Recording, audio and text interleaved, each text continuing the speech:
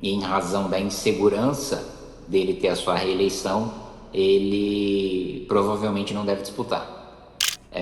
O legado de Hugo Mota em relação a outros presidentes, e veja, não votei em nenhum deles, não votei em Rodrigo Maia, não votei em Arthur Lira, não votei em Hugo Mota, mas sem dúvida nenhuma, comparado com seus dois antecessores, ele deixa um legado insignificante, né? E acho que isso pesa historicamente contra ele. Eu vi o senhor falando bastante nas suas redes sociais sobre o papel da primeira-dama Janja, né? Semana que vem ela vai estar num evento representando o Brasil, no evento de energia, né? De transição energética. Como é que o senhor avalia esse papel dela? Olha, eu acho primeiro, a Janja não foi eleita a nada, né? Ela não é ministra, ela não é secretária, ela não é parlamentar, e, portanto, até o decreto que foi publicado pelo presidente da República estendendo o gabinete presidencial para a Janja é absolutamente ilegal e inconstitucional, razão pela qual até eu ingressei com uma ação popular para declarar nulo, né, os efeitos, para que seja suspenso esse decreto e ela não tem esse gabinete de presidente da República, porque ela não é presidente da República, né? O papel de primeira-dama é um papel simbólico, né? Antes de qualquer coisa, não é um papel formal, não é o papel que dá autorização para negociar em nome do país, não é um papel que dá direito a nenhum tipo de estrutura de gabinete portanto, dessa maneira deve ser colocado. Se o presidente da República quer mudar o papel da primeira-dama na lei, ele precisa mandar uma lei aqui para o Congresso Nacional que a gente vai trabalhar para derrotar. No tapetão não dá para. Esse tipo de coisa não deve ser feito, mas mesmo que eles tentassem legalizar isso, seria absolutamente contrário, porque nós precisamos votar nos nossos representantes, em quem negocia os nossos interesses. Senão, a gente institucionaliza ainda mais o patrimonialismo já enraizado no Brasil, em achar que quem está no poder é dono do poder e não é meramente uma pessoa que está temporariamente com uma delegação, uma procuração para representar os interesses da população, achando ali que o poder é seu, que o poder é privado e ele está lá para representar os próprios interesses da sua própria família.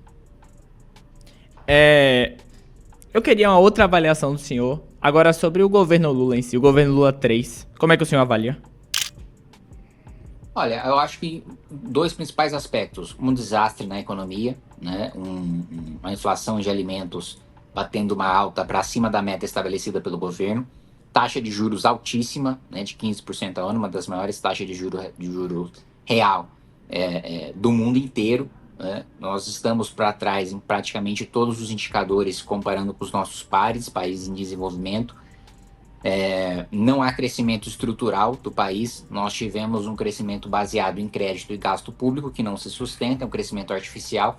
É como se eu gastasse durante um ano todo o limite do meu cartão de crédito e pagasse o mínimo. Durante esse um ano que eu estouro o limite do meu cartão de crédito, eu vou viver muito bem, com um dinheiro que eu não tenho. Só que no ano seguinte eu vou ter que pagar toda essa fatura, não vai sobrar nem para eu sobreviver, muito menos para eu manter aquele padrão de vida que eu tive quando estava estourando o limite do cartão de crédito. É isso que o governo Lula fez em relação para ter um crescimento artificial.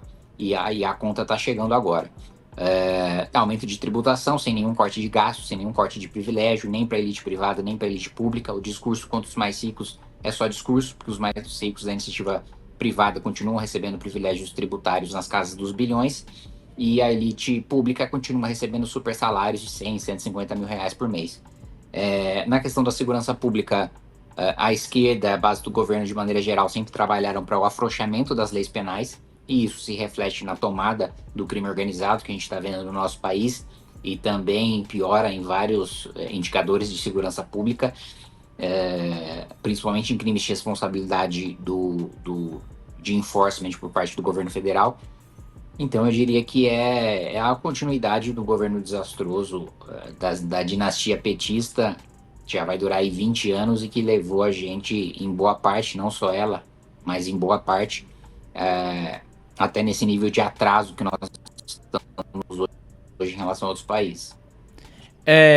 Eu vi algumas semanas atrás, eu acho que foi o Renan, defendendo de que Lula não iria para a reeleição. Como é que o senhor avalia? Se acredita que iria? Agora, ainda mais depois do tarifaço?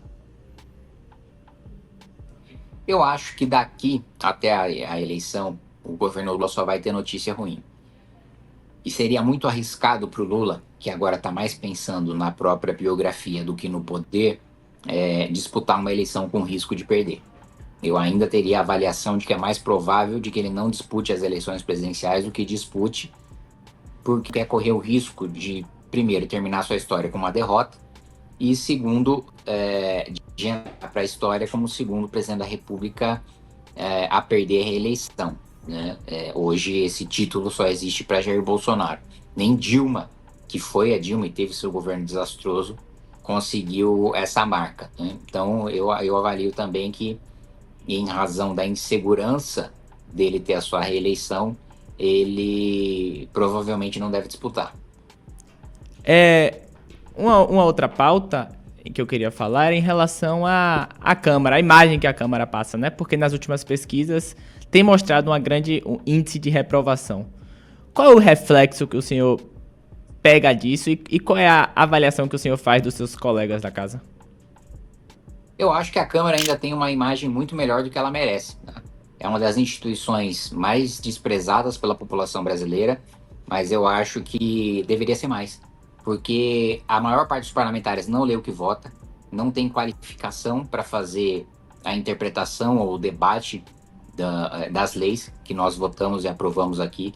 A maior parte só está interessada em saber quanto é que o governo está pagando para ele votar aquela matéria. Então, infelizmente, nós temos um Congresso hoje majoritariamente de pessoas que não têm o menor interesse em debater a legislação de país, em debater questões estruturantes para o país, só está interessado em se perpetuar no poder, vendendo seu voto para o governo, não interessando qual governo seja esse. Tem gente que está aqui vendendo voto para o governo desde Fernando Henrique até hoje, passando pelo Lula, passando pelo Temer, passando pela Dilma, passando pelo Bolsonaro e agora vendendo voto para o Lula de novo. Então, o Congresso está recebendo até uma imagem melhor do que merece por parte da população. Ainda nesse caminho, como é que o senhor avalia a presidência, o presidente Hugo Mota? Eu acho que é uma presidência que não deixa legado, né? É uma presidência que não deixa nenhum projeto, nenhuma reforma estruturante. Nós tivemos, né, outros presidentes com a reforma previdenciária, com a reforma tributária, com o marco de saneamento, a independência do Banco Central. O legado de Hugo Mota, em relação a outros presidentes, e veja, eu não votei em nenhum deles, não votei em Rodrigo Maia, não votei em Arthur Lira, não votei em Hugo Mota, mas sem dúvida nenhuma, comparado com seus dois antecessores, ele deixa um legado insignificante, né? E acho que isso pesa historicamente contra ele.